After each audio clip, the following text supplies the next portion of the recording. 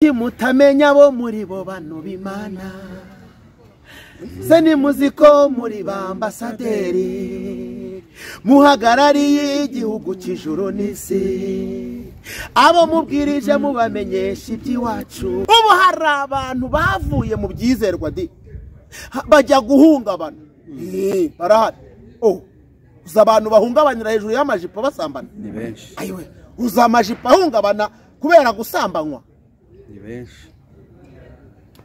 Imana ifashe mu byumve, Imana intabare abantu bamenye iki Imana iri kubashakaho. Noneho ngo bikora inama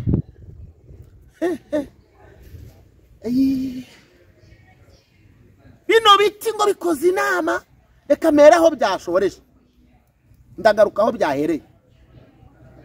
Inama ya mbere kwari ukuganiriza, babanje kuganiriza umwerayo bakurikizaho umutini bakurikizaho umuzabibu basoza ku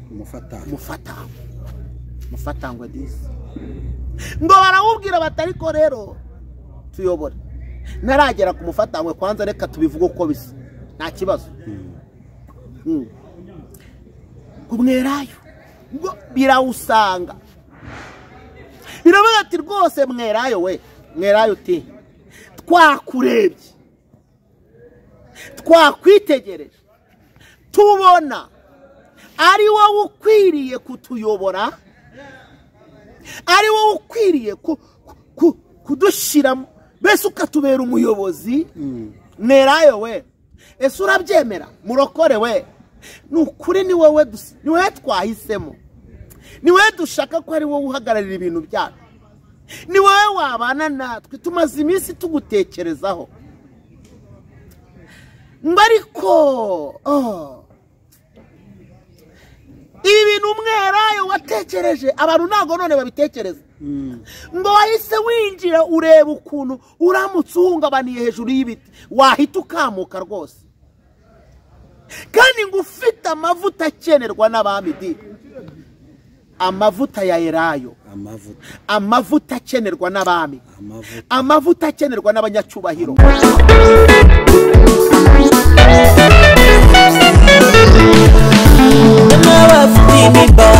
Ibibazo bigoye cyo ngaho nimutuze dore umukiza araje nimwibuke munsi y'umurotemu isabira gupfa azira mutabara Dawidi wari umushumba imuhindura umwami kuri bene se bose imuha icyubahiro.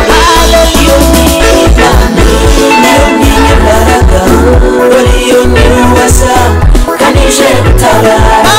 Iyo ni Imana niyo n'imbaraga dore iyo ni ubasha kanije gutabara. Yes, reka tubasuhuze kandi tubifurize amahoro y'Imana aho muherereye, abari mu Rwanda n'abari hanze y'igihugu cy'u Rwanda mwese ni mugubwe neza kandi mugubwe neza cyane. Imana amahoro ibagirire neza. Turifuza yuko wowe utari wakora subscribe kandi ukore share ndetse na comment. Ukunze Imana Irahari TV munyarukire kuri channel yitwa Mosi TV, ni channel y'umu pastori tumaze kumenyerana tubanye igihe kinini n'umuhanuzi kandi turizera ko namwe mugomba kumushyigikira ibintu byose bikagenda neza cyane. Reka musabe kugira ngo abasuhuze.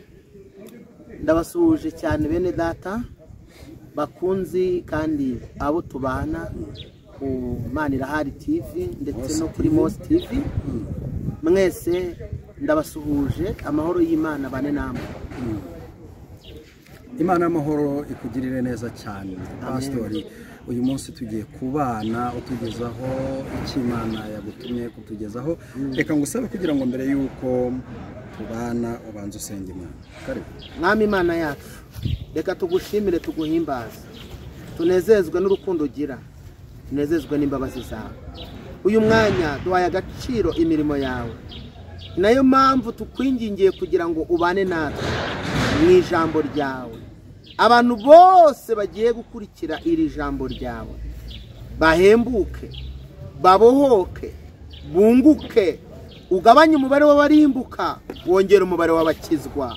Turogoye kirogoya yose ya Satani. Izina rya Yesu haleluya. dukinguye imitima yacu kugira ngo Kristo uyubake nk'uko bikwiriye mu izina rya Yesu amen. Urakoze cyane. Dukinguye imitima yacu kugira ngo ayubake nk'uko bikwiriye. Icyo nicyo dukeneye kandi nicyo cya mbere, nicyo buri wese yifuza. Amen. Reka noneho tudatinze tukwakire. Murakoze cyane. Muri iyi minsi abantu basa naho ibintu bijyanye n'imbuga nkoranyambaga bagenda babiriraho ibyo kurya bipfuye biboze. Naje hano atari uko nzanywa n'ikindi, numva nifuza ko twabwira abantu ubutumwa bukiza imitima. Umuntu ntasonze kandi avuga ngo yahuye n'umuntu w'Imana. Reka dusomere ijambo ry'Imana. Ntabwo twifuza gupfusha umwanya wacu gusa, ahubwo turashaka kuwukoresha neza mu gitabo cy'Abacamanza. Abacamanza ibice byaho ni 9, umurongo w'8 turagera ku murongo waho wa 15. Ijambo ry'Imana riravuze ngo kera ibiti byari bigiye kwiyimikamo umwami ngo abitegeke, byinginga igiti cy'umwelayo biti ujye udutegeka. Ariko umwelayo urabibaza uti mbese narekeshwa amavuta yanjye akoreshwa ibyo kubaha Imana n'abantu no kujya mpungabanira hirya no hino hejuru y'ibiti?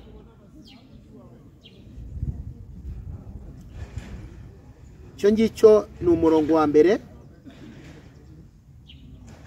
kujya mpungabanira hejuru y'ibiti. Umurongo w'10, maze ibiti byinginga umutini biti ngwino udutegeke. Ariko umutini urabibaza uti mbese narekeshwa uburyohe bwanjye n'imbuto zanjye nziza no kujya mpungabanira hirya no hino hejuru y'ibiti? 12, maze ibiti byinginga umuzabibu biti ngwino udutegeke. Umuzabibu urabibaza uti mbese narekeshwa vino yanjye inezeza Imana n'abantu no kujya mpungabanira hirya no hino hejuru y'ibiti? Ibiti byose bihera ko byinginga umufatangwe biti ngwino udutegeke. Ufatangwe usubiza ibiti uti ubwo mushaka kunyimika ngo mbe umwami wanyu nyakuri, muze mwiringire igicucu cyanjye. Niba bitari iby'ukuri, umuriro uzava mu mufatangwe umareho imyerezi y'i Lebanoni. Imana idufashe. Amen.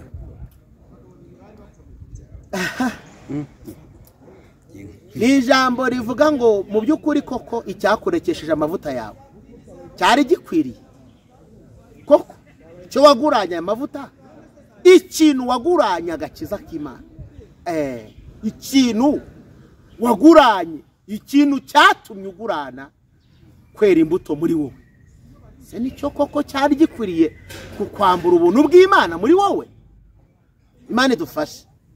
Hano tubonye aya magambo, ni amagambo abantu benshi ahari badakunda no kuvugaho cyane, ariko umwuka yayambwiye mu buryo budasanzwe. Ndabisobanuraho. Ibiti ngo byaratekereje, ngo bitekereza ko birashaka umwami. Aho harimo ijambo rimwe rivuga ngo umuntu wese hari abamutekerezaho. Ibintu byo kumva ko nta wagutekerezaho, nta wagufataho umwanya ku rwego rwawe, hari abagushaka. Ibiti rero ngo bijya inama. Iyi nama ntabwo ndamenya aho byayigiriye, ariko yari inama igamije rwose, igamije gushaka umwami uyobora. Ayiwe kandi ngo uko kuyobora ngo kwari ukwirirwa uhungabanira hejuru y'ibindi biti. Urumva umuntu uyoboye n'uri hejuru y'abandi, n'uri supreme, n'usumba abandi, mbese n'ugaragara. hanyuma birumvikana ibindi biti byashakaga guca bugufi, igiti cyitwa ko kiyobora kikazamuka umva ye, kikazamuka ariko bana we amavuta akenerwa n'abazungu, amavuta umuntu w'Imana agira amavuta yo dezone rebe, umuntu w'Imana afite amavuta yifuzwa. Star Robert Grere Hayes, iyo uri umuntu w'Imana ugira amavuta yifuzwa, abakomeye barayakenera. Die deserve sansa ya. Ndashaka kubwira abantu iki kintu, biyambuye iby'agaciro bafata ibidafite agaciro, kuko umuntu w'Imana nyakuri umukira aramukeneye, umukene aramukeneye, urwaye aramukeneye, n'umuzima aramukeneye, ukomeye aramukeneye, n'uworoheje agize ate aramukeneye. Uyu muntu niwe warukeneye.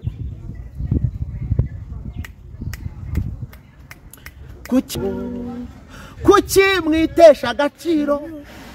Haleluya.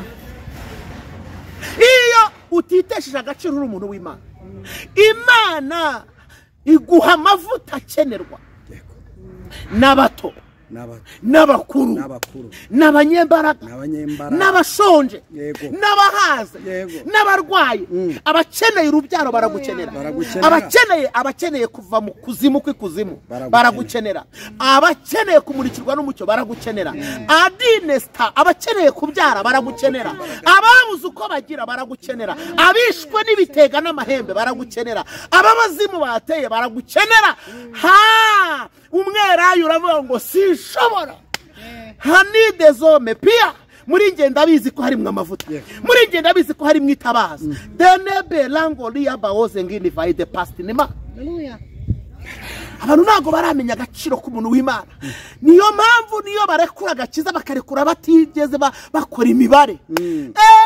Umwerayo uravuga ngo ntabwo narekeshwa amavuta yanjye no kujya nirirwa ndi guhungabanira hejuru y'amacupa y'inzagwa, hejuru y'ibyo byubahiro mwampaye, hejuru y'ibyo bintu murimo mumvuga musingiza, munyambura ubuntu bw'Imana, muntera gukushuka gusa nkirirwa mpungabana. Ubu hari abantu basigaranye amazina ariko imbaraga z'Imana, Bibiliya niyo yabavuze muri Timoteyo ngo bavuga ko bazi Imana ariko imirimo bakora ikabihakana.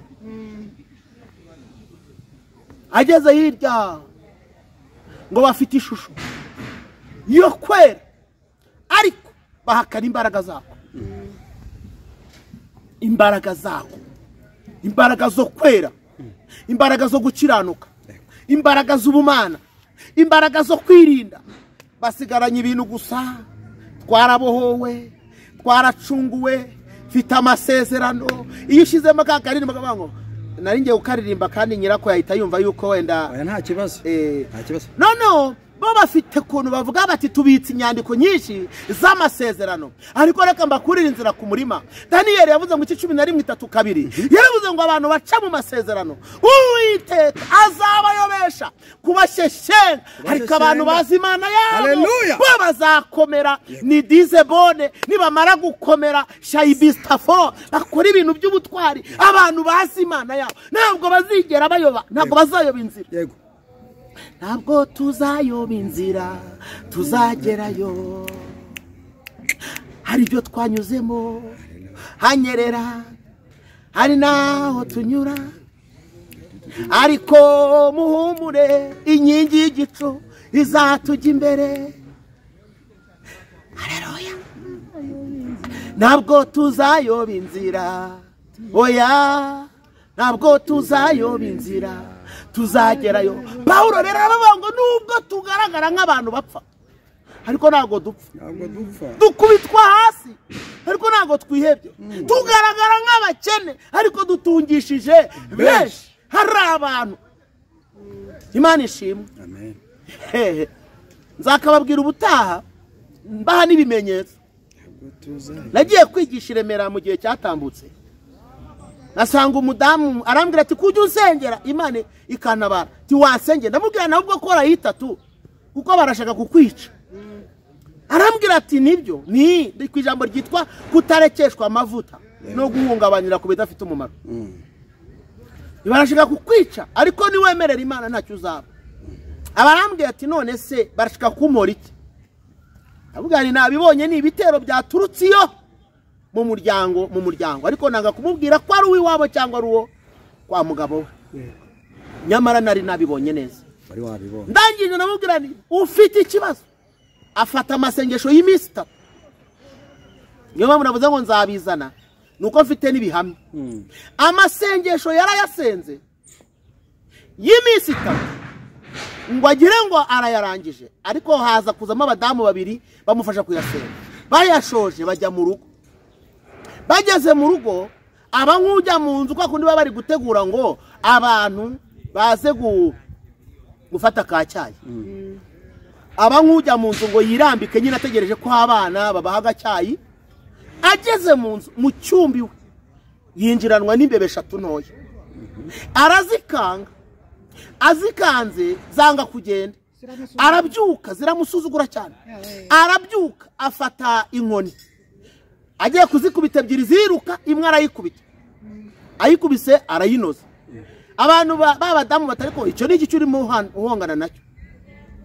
Ati ndaje ndakibereka. Imbeba barayisha. Imbeba maze kuyica ayifata gutya na cya giti nyine ayisunikira kuri envelope yino ya kaki bahahiramo. Amaze kuyisunikiraho agenda nyine afashe ya envelope gutya munsi imbeba nayo iriho hejuru gutya. Agenda yifashe gutya. Ageze hantu abantu bari. Atangiye kubereka ngo dore yambeba. Kumbi yambeba yari intumano. Yahise byimba irazamuka ishaka kumukubita amajanja mu maso. Ahita arekurira hasi. Itangira guhirita ivuga mu mazina y'umugabo. Baranyishe runaka we. Kumbo yakubitaga ni nyirasenge cyangwa se nyirasenge wa mugabo areba waruje kwica wa mugore. Iyo mbe biravuga ndayifite hano nzabibereka uzamba bari icyo kiganza tugikoreho. N'abantu batajya bamenya imbaraga z'abadayimoni uko zikora bazabimenye. Hari imbaraga zitagaragara ariko zikwica rwihishwa. Ariko mu ijuru hari Imana. Iyo tutarekeshejwe amavuta yacu no guhungabanira ku bidafite umumaro. Hari imbaraga zingitangaza mu maraso ya Yesu. Hari imbaraga zigitangaza mu maraso ya Yesu masa. Hari imbaraga. Haleluya. Ndagukunda. Aniwas. Imbaraga n'amavuta. Hari imbaraga. Yego. Zizura ibyapfuye. Hari imbaraga zikangara abadayimoni. Hari imbaraga ziburizamo amahembe bayatumye kugera ku ntego. Hari imbaraga zizura uwari upfuye. Hari imbaraga. Ubusaje bundi mukecuru niyamamagara umwana wanjye baramwisha. Yaramaze amezi 4 kunda ava. Irazabyumva. N'umwana wazabyumva. Ntago ndi buvuga amazina ye ko ntiyabintu. Ariko dusenze rimwe. Ndababwira ni ntago nzagaruka. Ngira n'ibyago bamara nka kangahe babona kiva. Ariko babamagara nkabwira ni nge narasenze kandi narize yurya munsi. Ariko jo bundi kwa gatano hari ahantu twahuriye nyene namwe murabyumva. Arambwira terega twari twagize intege nke zo kutizera ariko wa mwana Imana yarakoze ubu yarakize. Hari imbaraga zigitangaza mu maraso ya Yesu. Hari imbaraga zigitangaza mu maraso ya Yesu masa. Hari ugukiza kwigitangaza mu maraso ya Yesu. hari ugukiza kwigitangaza mu maraso ya Yesu masa. Hari umumama w'igikondo baramukaze baramubwiye ngo nutava kwa musaza wacu tuzakwica uzahavura umurambo. Ariko twasenga Imana ikamubwira ngo urugo ninjye waruguhaye ntaho ujya. Ndagira ngo ukomeze wowe ufite ibitero bisa bityo, reka guhungabanyira hejuru y'ibidafite umumaro. Hari amavuta yica imigambi yica kura, ijya yica imigambi. Shadela droberi ya dasova, imigambi yica kura, Imana ijya yica we igapfa. Hanyuma uwo mudamu bamwoherezaga ibintu kugira kamuga ibintu bitatu byamubayeho, ibindi simbivuga. Bamukubisibuye bamumena gahanga kandi supaneti aryamyemo ntiyagira ikiba. Bamukubisibuye ibuye ry'abadayimoni, agahanga karamene kanje no kwa muganga baramudoda, kandi supaneti aryamyemo nta kintu yabaye. Kabiri, bamukuye umwana mu gatuza ari kumwosa, umwana arabura, aboneka hashize iminsi 2, bamusanga muri purafu. Gatatu yajya gateka ibiryo, bajya kurya, umugabo yarya kuko ariwe bashaka gatandukana nawe, agasanga hapakiyemwe amabuye. None wowe byarakunaniye kumenya urugamba rwawe, uri muri urwana nk'abapagani. Byarakunaniye uri guhungabana ku bidafite umumaro, ahubwo wiri gushaka abantu nyaboneka ari mu yimbwirire ni mu ntabarize. Yaravuze ngo ntabaza ndagutabara, mwereke ibintu bikomeye kandi biruhije utamenya. Ninde bakubwiye ko Imana yawe yigeze gukora mu mubare w'abantu itabara? Yaravuze ngo ntabaza, kandi navuga ngo ugende ukwizo mbaraga zawe zingana. Terastema, ninde yakubwiye ko Imana ifitanye ikibazo nawe cyuko usenga? Imbaraga ufite Imana irazemera, kandi iyo uyegereye izaguha izindi. Niyo iz'ubukene ufite, niyo izi ndwara yawe, niyo izi ahantu ugwa, niyo uzaho utsindirwa, niyo izi nicyo yakora bigahinduka. None wanze kubikora ibiti none rero umwami wacu n'utuyobora gahungabanira hejuru yacu. Bari kumwerayo ravanga amavuta afite ntabwo abinyemerera. Reka nkubwize kuri mwene da, agaciro wari ufite, agakiza wahaye nikakwemereye kujya muri icyo kigari, ntago kari gakwiriye kukurekura ngo ujye muri izo ngeso mbi. Ibyo bintu wirundumuriyemo nubwo wiri guhungabanira hejuru yabyo, ariko wiyambuye icyiza kiruta ibindi, kuko waguranye iby'umumaro bidafite umumaro. Waguranishije ibidafite umumaro, ni nko kugurana amata maganga. Wose umwerayo ntuhakanye. Hakurikiraho ikintu bita umutini. None rero watwemerera mutini, ravuga ati narekeshwa uburyohe bwanjye n'imbuto zanjye nziza no kujyamo imbuto. Arikuza abantu ko ari abantu bavugaga turiya muntu we avuga neza, imbuto zawe zari ntagereranywa, imbuto z'umuntu w'Imana, imbuto zo gukiranuka. None wabaye umunyamanyanga, none wabaye igisambo, none wabaye karundura. Abantu nawe kukwiringira byabaye ibindi. Kubera iki? Imbuto wazirekeshejwe no guhungabanira ku bidafite umumaro. Ndashaka gusenga, nta n'umwanya mfite wo gutinda. Icya gatatu ngo kwari ni igiti cyitwa umuzabibu. Ariko umuzabibu ngo itubarangura bati ngiye mfite vino iryohera abantu bakomeye naboroheje. Mfite vino, muri nge harimo vino. Haleluya, amen. Iyi vino ntabwo nayirekeshwa no kwirirwa mpungabana. Ni ijambo rivuga ngo icyakurekesheje mu by'ukuri niki cyatumye ureka amavuta y'Imana yarakuri? Niki cyatumye urugendo rwo kujya mu ijuru urusimbuza ibindi? Niki cyatumye ugurana ubwiza bw'Imana bwari bukurimo? Ninde waguteye iyo ngabo mu bitugu yo kujya mu bidafite umumaro? Ninde wagutumye utera umugongo ibyagakiza? Ninde watumye urekura umusaraba wa Kristo? Ariko byegera ikintu bita umufatangwe.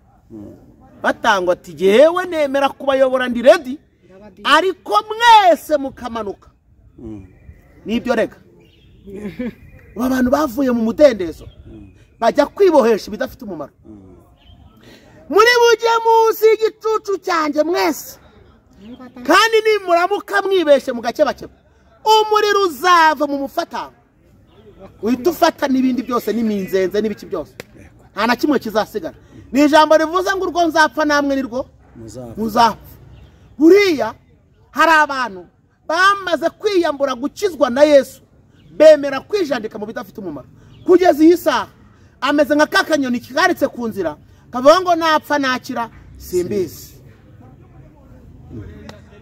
agakiza katigera kagaragara muri wowe kugira abantu yuko ukijijwe gusa by'izina ntabwo bihagije umuntu w'Imana agira ibimuranga n'abantu bose bareba bakavuga ngo koko arakijijwe ariko nari ndimo nkubwira ngo umuntu w'Imana agira amavuta kandi akenerwa n'abakomeye n'aboroheje impamvu rero uri kuvuga yuko ukuri bihagije nuko utigeze uhura n'amavuta ya Yesu kuko wahuye na yarayamenye niyo mpamvu yavuze ngo abantu bazi Imana yabo bazakomera nibarangiza bakorera iby'ubutwari ndashaka gusenga ndashaka gutinda yari message bwari ubutumwa bubwira abantu ngo bareke guhungabanira hejuru y'ibidafite umumaro reka guhungabanira hejuru y'icyo kigari reka guhungabanira hejuru y'izo ngeso mbi reka guhungabana abantu herutse guhura n'umuntu arambwira ati bari baradushutse batwigisha ko kunywa inzoga ari icyaha none tusigaye nyinywe kanandyohera azikayipfundura ndamubwira ariko Imana irambwiye ngo ntago biri burenze icyumweru iminsi 7 utamenye ko wayobye yego muri iyo minsi 7 yarakutse amenyo ane y'imbere ubu tuvugana ahora yambaye agapfukamunwa ariko mana yarambwiye ngo namuteye umwaku ariko ngiye ntago namuteye umwaku nari muhanuriye ahubwo nuko bafite amatwi atumva ngo bazaba biziba amatwi ngo batumva ukuri iyo umuntu afite abo bazimu yiziba amatwi ariko ijambo ry'Imana ni rizima ravuze ngo nugaruka nzakugarura kandi nukura ibishimwa mu bigaho uzaba nk'akanwa kanjye nta kindi bigusaba nta yindi manevure nta zindi matematike kandi reka nkubwire aho uhagaze nabi yaravuze ngo nawe wibwiraga ko uhagaze wirinde utagwa kubera iki aho uri ntabwo ari mu bwami Satani atagezamo imijugujugu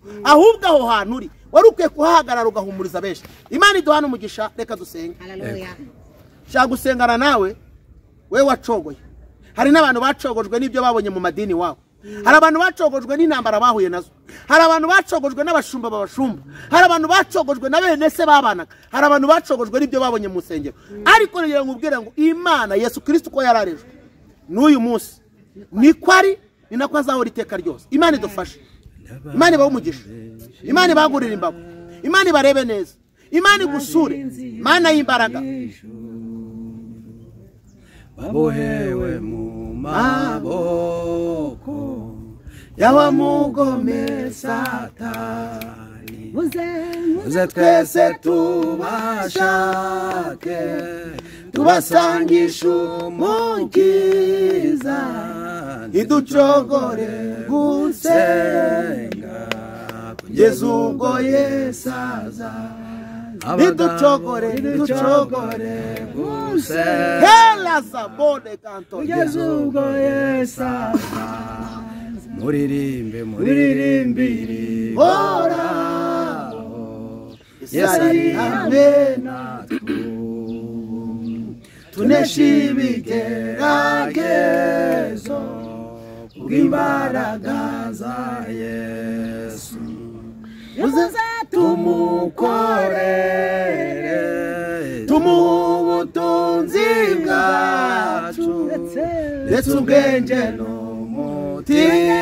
n'umutima ikorera umwami Yesu amina munkundire dusenge ariko abantu be kurekeshwa amavuta abantu be kurekeshwa izina ry'Imana bamenye abantu be kurekeshwa Yesu no gufata ibidafite umumaro no kugurana ineza y'Imana reka nsengane n'umuntu wese ugize inyota akaba agize inzara yifuza kongera gusubira ku rufatiro ruzima yifuza kongera gusubirana ibihe bye yifuza kongera gusubirana imbaraga yifuza kongera gusubirana ubuhamya buzima yifuza kongera gusubirana kwera kw'Imana muri we mana y'urukundo we, yewe mutanga bugingo, yewe Jehova nyiringabo Imana wera wa Isiraheli, nongeye gusenga nsengera ubwoko bwawe, imbaraga zawe nizibagaragareho, mwuka w'Imana nababohore, turababohora ingoyi y'ikuzimu,